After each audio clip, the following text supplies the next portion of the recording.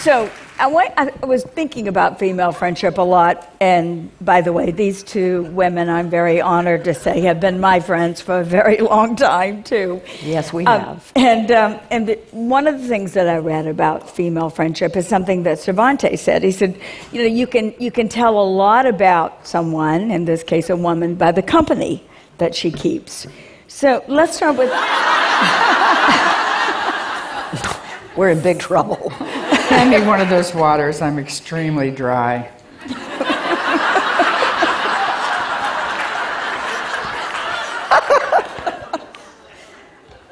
You're taking up our time.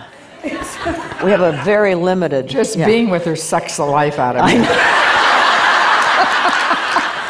You ain't seen nothing yet. Anyway, so, sorry. Tell me, what do you look for in a friend?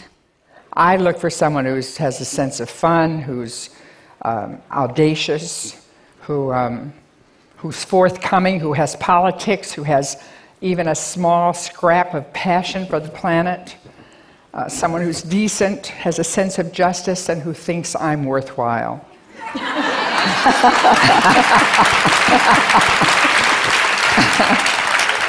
You know, I was thinking this morning, I don't even know what I would do without my women friends. I mean, I have my friends, therefore I am. No, it's true. I exist because I have my women friends. You're one of them. I don't know about you, but anyway, they make me stronger. They make me smarter. They make me braver. They tap me on the shoulder when I might be in need of course correcting. And most of them are a good deal younger than me, too. You know, I mean, it's nice. Thank you. Yeah. No, I do. I include you in that because, listen, you know, it's nice to have somebody still around to play with and learn from when you're getting toward the end. I'm glad. And I'm approaching. I'll be there sooner than you. I'm glad to have you parallel aging alongside me. I'm showing you the way. No, well, you are, and you have. Yeah. Well, as we grow older and as we go through different kinds of life's journeys, what do you do to keep your friendships vital and alive? Well, you have to use a lot of... She doesn't invite me over much, I'll tell you that. I have to use a lot of social media. You be quiet now. And so... I look through my emails, I look through my texts to find my friends so I can answer them as quickly as possible because I know they need my counsel. They need my support because most of my friends are writers or activists or actors, and you're all three, and a long string of other descriptive phrases. And I want to get to you as soon as possible. I want you to know that I'm there for you. Do you do emojis? Oh. No? That's embarrassing. I'm really into emojis. No, I spell out my words of happiness and congratulations and sadness. You spell it right out there. I spell it every letter. Such a purist. You know, as I've gotten older, I've understood more the importance of friendships, and so I really make an effort to reach out and make play dates, not let too much time go by. I read a lot, so as Lily knows all too well, I send my books that I like, I send to my friends. When we knew we would be here today, you sent me a lot of books about women-female friendships, and I was so surprised to see how many books, how much research has been done recently. And were you grateful? I was grateful.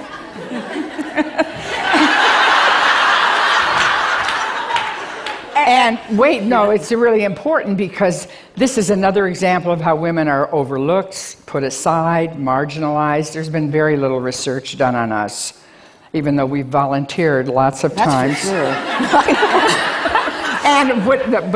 sure. This is really exciting, and you all will be interested in this. The Harvard Medical School study has shown that women who have close female friendships are less likely to develop impairments, physical impairments as they age, and they are likely to be seen to be living much more vital, exciting, and longer, joyful lives. We live 5 years longer than men. I think I'd trade the years for joy. But the most important part is they found the results were so exciting and so conclusive that the researchers found that not having close female friends is detrimental to your health as much as smoking or being overweight. Wow. And and there's something else too. I've said my part, so. Okay, well, listen to my part, because Okay. there's an additional thing that, because for years, decades, they only researched men when they were trying to understand stress. Only very recently have they researched what happens to women when we're stressed. And it turns out that when we're stressed, women, our bodies get flooded by oxytocin, which is a feel-good, calming, stress-reducing hormone, which is increased when we're with our women friends. And I do think that's one reason why we live longer. And I feel so bad for men because they don't have that. Testosterone in men diminishes the effects of oxytocin. Well, when you and I and Dolly made 9 to 5, we laughed so much. We found we had so much in common, and it's so different. Here she is like Hollywood royalty. I'm like a tough kid from Detroit. She's a southern kid from a poor town in Tennessee, and we found we were so in sync as women, and we laughed till we must have added at least a decade Probably. onto our lifespan. I think. We sure crossed our legs a lot. If you know what I mean. Well, I feel like I'm adding a we all decade know right what you now. mean. As a matter of fact. You're adding decades to our lives right now. So among the books that Jane sends us both to read on female friendship was one by a woman we admire greatly, Sister Joan Chistiter, who said about female friendship that women friends are not just a social act, they're a spiritual act. Do you think of your friends as spiritual? Do they add something spiritual to your lives? Spiritual, I absolutely think that. And because especially people you've known a long time, people you've spent time with, I can see the spiritual essence inside them, the tenderness, the vulnerability. There's actually kind of an element of love in the relationship. I just see deeply into your soul. Do you think that, Jane, most I have friendships special want to go that powers. deep? Well, there's all kinds of friends. There's, business friends and party friends. I got a lot of those. But the oxytocin producing friendships they feel spiritual because it's a heart opening, right? We go deep, and I find that I shed tears a lot with my intimate friends. Not because I'm sad, but because I'm so touched and inspired by them. And one of you is going to go soon.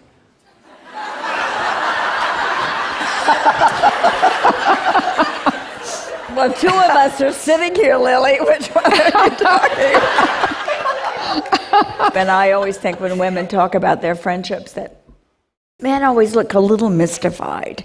What are the differences, in your opinion, between men friendships and women friendships? There's a lot of difference, and I think we have to have a lot of empathy for men that they don't have what we have, which I think may be why they die sooner. I have a lot of compassion for men because women, no kidding, women's relationships, our friendships are full disclosure. We go deep. They're revelatory. We risk vulnerability. This is something men don't do, I mean, how many times have I asked you, am I doing okay? Did I really screw up there? That kind of doing great. But I mean, we ask questions like that of our women friends, and men don't. People describe women's relationships as face to face, whereas men's friendships are more side by side. I mean, most of the time, men don't want to reveal their emotions. They want to bury deeper feelings. I mean, that's the general conventional thought. They would rather go off in their man cave and watch a game or hit golf balls or talk about sports or hunting or cars or have sex. I mean, it's just it's a more manly behavior. You meant that they talk about sex? I meant, Yeah. no, Well, they we might talk have about sex if they too. could get somebody in their man cave to...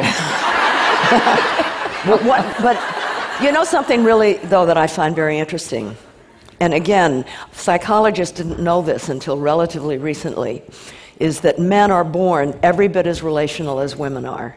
If you look at films of newborn baby boys and girls, you'll see the baby boys, just like the girls, gazing into their mother's eyes, needing that relational exchange of energy. When the mother looks away, they could see the dismay on the child. Even the boy would cry. They need relationships. So the question is, why, as they grow older, does that change? And the answer is patriarchal culture, which says to boys and young men that to be needy of relationship, to be emotional with someone is girly.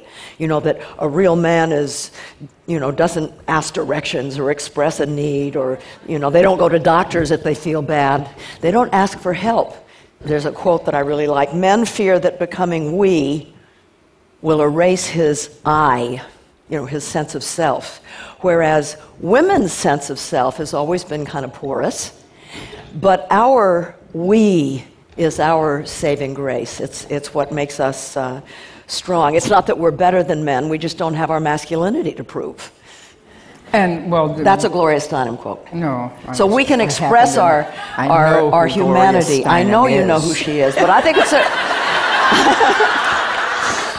No, but it's a great quote, I think. We're not better than men, we just don't have our masculinity to prove.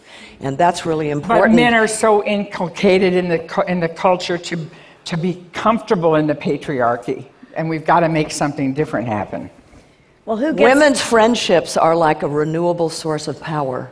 That's what's exciting about this subject, is because our friendships, female friendships, are just a hop to our sisterhood.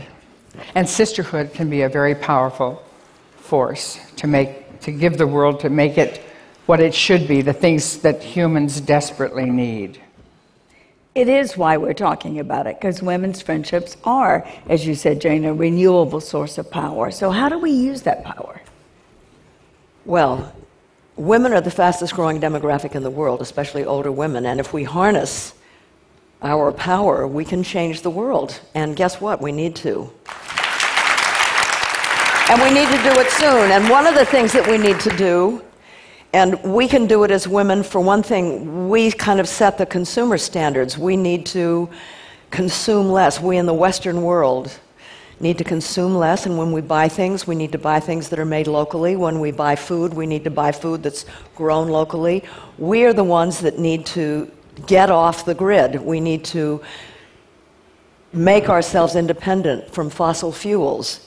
And the fossil fuel companies, the Exxons and the Shell Oils and those bad guys, because they are going to tell us that we can't do it without going back to the Stone Age. That the alternatives just aren't quite there yet, and that's not true. There are countries in the world right now that are living mostly on renewable energy and doing just fine. And they tell us that if we do wean ourselves from fossil fuel, that we're going to be back in the Stone Age. And in fact, if we begin to use renewable energy and not drill in the Arctic and not drill in the Alberta tar sands, yeah, right. That we will be, there'll be more democracy and more jobs and more well-being, and it's women that are going to lead the way. Maybe we have the momentum to start a third wave feminist movement with our sisterhood around the world, with women we don't see, women we may never meet, but we join together that way.